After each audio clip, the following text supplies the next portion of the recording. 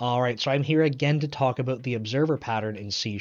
If you've been watching my channel, you might be saying, Nick, how many ways can we possibly implement the observer pattern? We've already seen it done with events and event handlers, as well as just having a dedicated observer and an observable class, and using an interface as an API between the two. But there's another fun library that we can use to go implement this. So in this video, we're going to be looking at the System.Reactive NuGet package and how we can implement the observer pattern leveraging that. And a super quick reminder before I head over to Visual Studio is to check out my weekly software engineering newsletter. It's totally free. You get software engineering topics and .NET topics, as well as exclusive articles and early access to videos, totally for free every week. Check for the link in the pinned comments below. And let's dive into Visual Studio. Alright, on my screen I have an implementation of the observer pattern using the System.Reactive NuGet package. A quick recap of the observer pattern is that we have two things that we need to make it work. One is going to be the observer, and the other is the observable. So that's these two classes that we have at the bottom of our file here. Now, as their names suggest, the observer is going to be the thing that observes the observable.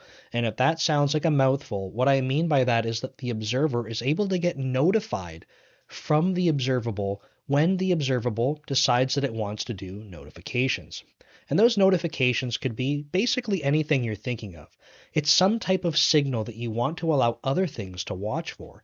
It could be as simple as a string or an integer, or you can have your own complex type that you want your observable to be able to share out with the observers. Now in this case, I'm going to start with looking at this message that we're going to be passing around, and it's really trivial. I'm just using a record type that's called message and it has a body on it.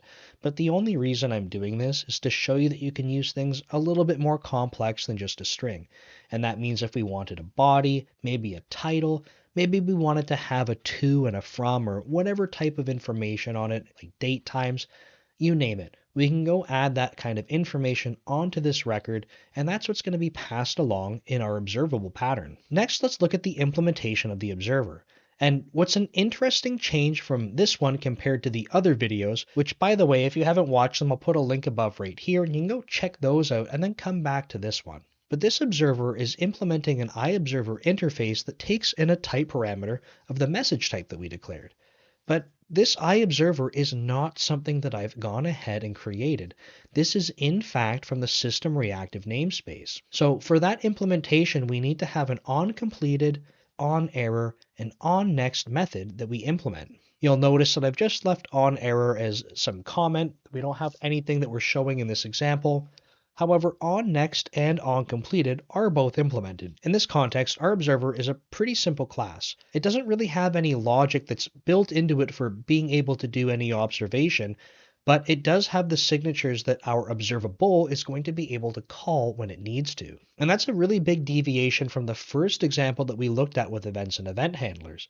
In those situations, the observer was responsible for wiring itself up to the event given this thing's event handler. And because we don't have any of that in this code, the responsibilities are completely reversed. So with that said, let's go check out the observable down below. Similarly, this class is implementing an iObservable interface with the message type parameter.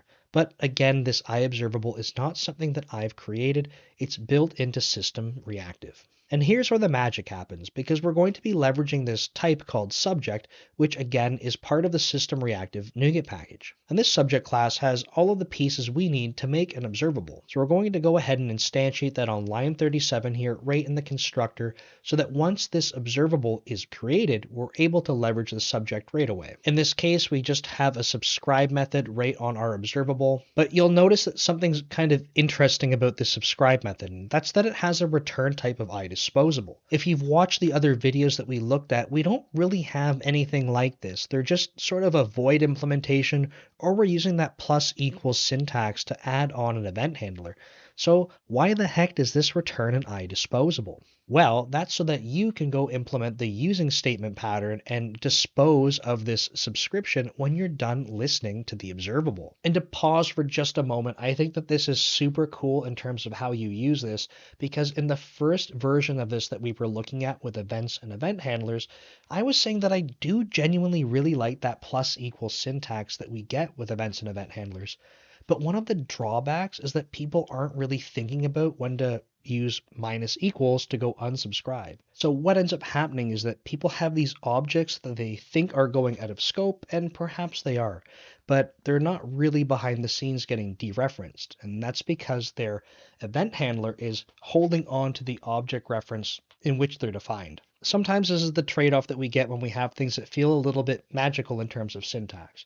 But in this particular case, we have this subscribe method that gives us back a reference to an iDisposable. So whenever we're done with that subscription, we just dispose of it and it unsubscribes for us. Okay, let's head back to the code and check out the rest. So now that we've looked at this subscribe method and seen what this iDisposable will do for us, and the publish method is pretty simple. If we look inside of it, all that it's doing is calling subject on next. And that's interesting for us, right? Because on next was the same signature that we had up here on our observer. It's not the same type, right? Because this is an observer type. And if I scroll back down, we're calling on next on the subject. But because this subject inside of the subscribe implementation is hooking up our observers, this is all handled for us. So in fact, when we go to run this program, what will happen is that when we publish a method, that message is going to get passed into the subject's on next call.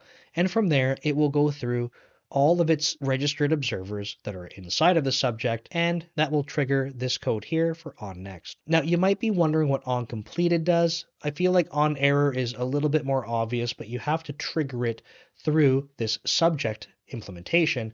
But onCompleted is used when you're all done being able to publish from your observer. So truly, when there's no more messages to publish from your observer, you can call onCompleted, and that will allow every observer to know that there's no more messages coming. Now, if we look at the example code that I have above here, you'll notice that I don't call onCompleted anywhere. And that means that technically this call should never run. I could perhaps make this observable class implement iDisposable, and that means that when we go to dispose it, I could essentially tell the subject that we want to call onComplete. Let's go try that out. All right, with a quick little change here and probably a bug fix, we're now calling dispose on the subject. Without this change, what was happening was technically I was creating a subject instance here on line 39, and because observable was never implementing iDisposable itself, nothing was ever going to get the chance to call the dispose method on the subject. So in fact, this is probably a better approach because we're creating a resource that needs to be disposed of. So we should handle that with our own dispose method. It's also a really good opportunity to say onCompleted for the subject. And that will mean that this observer here will finally get onCompleted called. So let's go ahead and jam a using statement right on the front of this observable now. So when we finally get to the end of the scope here, we should end up seeing onCompleted get called. All right, and if we run the application as we might expect, we see on next fired with hello world. That was the first message that we provided. Then goodbye world, because that was the second message that we provided. And then finally we get this onCompleted is fired. And that's because we ended up calling dispose implicitly through that using block. So when the object went out of scope, because it was part of the using statement, that meant that it would call dispose and then call dispose on the subject, which then in turn called onCompleted. And that will conclude the life cycle for this observer pattern using System.Reactive. All right, so that's 3 different ways that we've now looked at for implementing the observer pattern, and this was way number 3 if you haven't seen the 2 other videos. Part of my reason for putting this little series together is to show you that with design patterns, there's many different ways that we can approach them. They're design patterns, not design rules, right? So there's different guidelines that we want to adhere to because they're supposed to help us for a particular purpose. But that's just the framework for it. We're able to fill out the implementation as we'd like. And it's just a reminder, right, that there's different tools for different purposes. So whatever is going to fit your needs best, at least in this case, you've seen 3 different ways that you can go do it. But this was only one design pattern that we looked at to be able to have some type of communication. It was the observer pattern. But there's another really cool pattern that we can look at for communication. And some of you might already know what this is, but if you don't, you can go watch this video next and check it out. Thanks, and we'll see you next time.